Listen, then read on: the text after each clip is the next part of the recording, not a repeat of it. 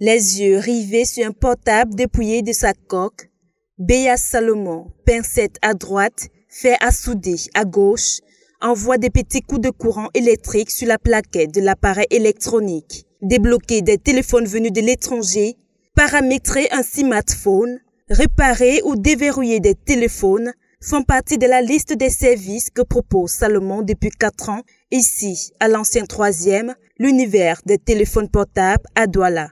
Généralement, nous faisons dans la maintenance du téléphone portable. Quand je parle de maintenance, c'est la réhabilitation du téléphone en vertu des petites pannes que le téléphone peut avoir. Peut-être la destruction d'un micro, ou alors les problèmes de réseau sur la carte mère, ou alors les problèmes d'afficheur.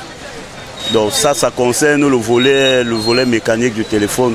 Et maintenant, il y a un autre volet logiciel qui est fait par des téléchargeurs, les débloqueurs qui s'occupent beaucoup plus des applications et des systèmes logiciels du téléphone.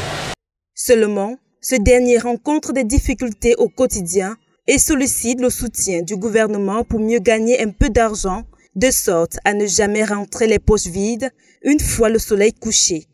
Quand on est dans un secteur informel non réglementé, on ne peut pas fixer depuis ma bourse ce qu'on gagne. Parce qu'il y a des jours ça peut bien marcher, il y a des jours ça ne peut pas marcher. Mais les difficultés, c'est d'abord nécessairement l'accompagnement. Parce que, étant dans un pays où l'économie est pratiquement à 80% informelle, le téléphone arrive au Cameroun en 1999, donc voire en 2000.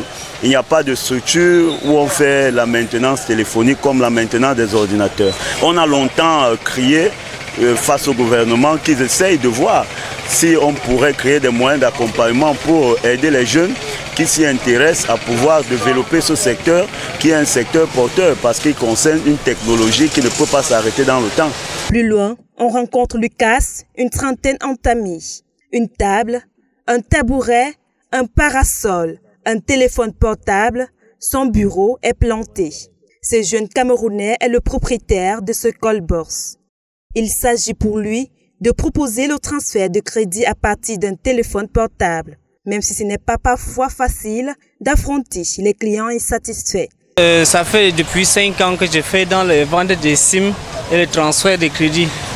Bon, nous rencontrons parfois les difficultés en ce qui concerne les identifications là, puisque parfois on identifie les SIM, ça ne passe pas à temps. Le client rentre, tu seras obligé de lui rembourser son argent. Et au cours de la journée, tu ne parviens même pas à gagner 3 000 francs de crédit, 3 000 francs de bénéfice. Le boom du téléphone portable au Cameroun a ainsi donné naissance à une floraison de petits métiers lucratifs.